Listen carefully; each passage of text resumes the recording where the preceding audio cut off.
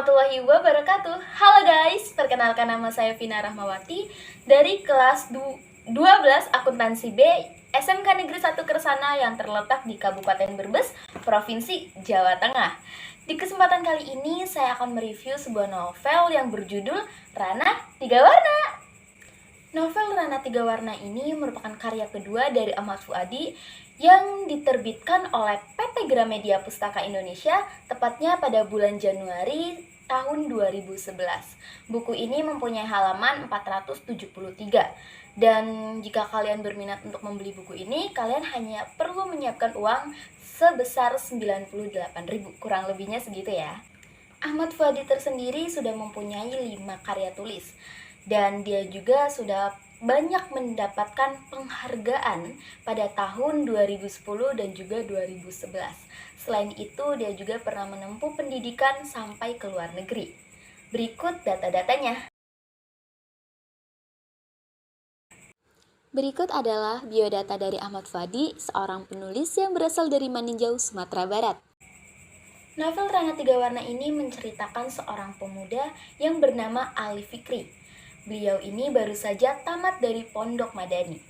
Beliau ini mempunyai mimpi yang sangat tinggi, yaitu ingin menempuh pendidikan di Institut Teknologi Bandung, seperti B.J. Habibie, lalu merantau sampai ke Amerika. Perjalanan Alif dalam meraih mimpinya ini bisa dibilang cukup panjang, karena dia harus melewatkan banyak fase-fase sulitnya. Yang pertama, dia diremehkan oleh teman karibnya sendiri karena dia tidak mempunyai ijazah SMA. Tetapi siapa sangka, dia dengan semangat belajarnya, dia berhasil lolos UMPTN, walaupun tidak masuk di universitas impiannya, melainkan di Universitas Pajajaran dengan jurusan Hubungan Internasional. Setelah dia sudah menjadi mahasiswa, dia bergabung di sebuah majalah kampus. Majalah kampusnya ini bernama Majalah Kutub. Dan di situ si Alif ini berhasil menciptakan tulisannya yang berjudul Film Hollywood dan Citra Muslim. Di saat si Alif ini sedang bahagia karena sudah menciptakan satu tulisan, tetapi di hari itu juga dia mendapatkan sebuah telegram dari ibunya yang berisikan bahwa ibunya ini mengabari si Alif bahwa ayahnya di kampung sedang sakit. Jadi si Alif ini langsung bergegas pulang ke Maninjau atau ke kampung halamannya. Sesampainya di Maninjau, si Alif ini sempat berbincang sedikit sama ayahnya. Tapi siapa sangka, perbincangan pada hari itu merupakan perbincangan mereka untuk yang terakhir kalinya. Ya, ayah Alif meninggalkan Alif beserta keluarganya untuk selama-lamanya. Di situ si Alif ini sempat ingin menyerah, karena dia rasa untuk apa dia kuliah, sedangkan dia masih mempunyai 2 adik yang bersekolah. Dan dia tidak tega jika ibunya ini harus mencari nafkah sendirian. Jadi dia sempat berpikir untuk keluar dari Universitas Pajajaran dan fokus bekerja, demi membantu sang ibu mencari nafkah. Tetapi sang ibu ini memberikan motivasi dan dukungan supaya si Alif ini tidak berhenti kuliah. Dan berhasil. Si Alif ini mengikuti apa kata sang ibu dan dia tetap melanjutkan kuliahnya di Universitas Pajajaran. Namun, dia berkuliah sambil bekerja parubaya. Mulai dari menjadi pelayan warung sampai menjual kain dan pakaian khas Maninjau, Sumatera Barat ini. Di saat si Alif ini sudah berhasil mengumpulkan uang, hasil jualan, hasil bekerja untuk sang ibu dan juga kedua adiknya, hal-hal yang tidak diinginkan pun datang kembali. Di malam itu, ketika Alif ingin pulang ke kosannya setelah berjualan, Alif dirampok oleh 3 orang preman di dalam angkot. Semua barang dagangan dan juga uang yang sudah terkumpul itu hilang, habis tak tersisa. Di situ Alif merasa bahwa dirinya ini tidak pernah beruntung. Oh ya, si Alif ini selalu menjalankan prinsipnya menjada wajadah dan juga mansobaro hofiroh. Dia selalu menjalankan prinsip itu dari dia masih menjadi seorang santri. Tetapi karena kejadian itu, si Alif ini sempat ingin membuang prinsip itu dari hidupnya. Tetapi ada satu perempuan cantik yang bernama Raisya. Raisya ini merupakan pujaan hati si Alif.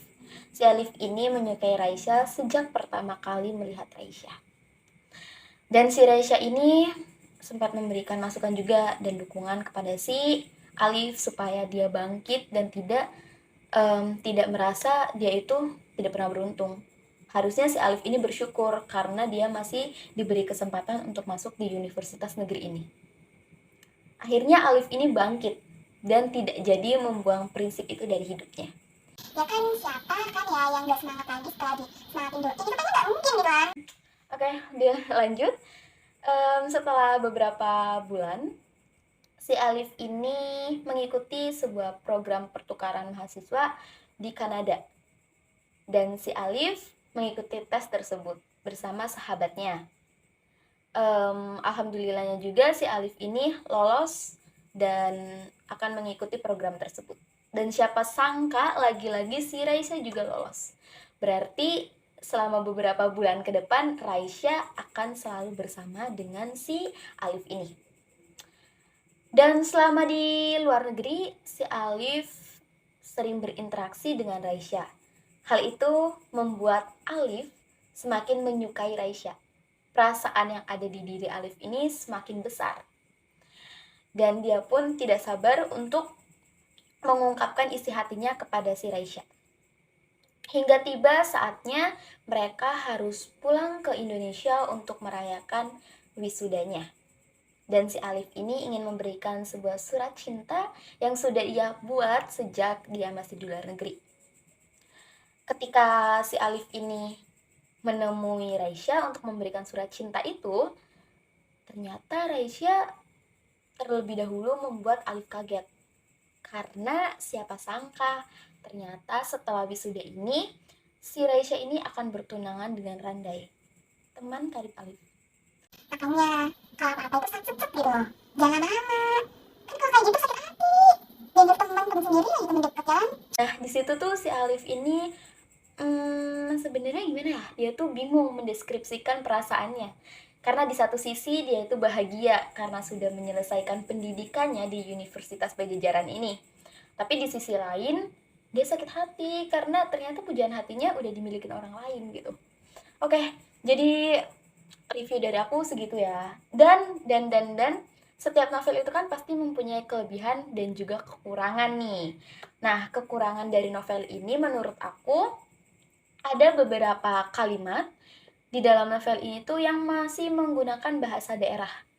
Bahkan tidak ada terjemahannya gitu. Jadi kan buat kita yang bukan orang asli sananya tuh sedikit sulit memahami makna dari kata tersebut. Untuk kelebihannya, mungkin novel ini bisa dibaca oleh semua kalangan ya. Karena novel ini berisi motivasi dan juga edukasi-edukasi lainnya. Dan mungkin di dalam novel ini itu sangat relate dengan kehidupan kita. Jadi kalau misalkan kita mempunyai mimpi yang tinggi seperti Alif, kalian bisa baca novel ini supaya bisa semangat belajarnya itu meningkat gitu kan. Ya kan tidak ada yang tidak mungkin kalau kita mau berusaha gitu. Oke, ada tambahan sedikit dari aku. Menurut aku novel ini tuh worth it banget untuk dibaca. Dan buat kalian yang mungkin lagi nabung atau lagi nggak punya uang lebih untuk membeli novel ini, tenang. Kalian masih bisa baca novel ini melalui PDF yang ada di Google. Kalian tinggal cari aja novel Ranah Tiga Warna. Nanti ada situs web yang menampilkan novel tersebut. Oke guys, terima kasih. Mungkin sekian yang dapat saya sampaikan, kurang lebihnya mohon dimaafkan. Wassalamualaikum warahmatullahi wabarakatuh. Bye guys.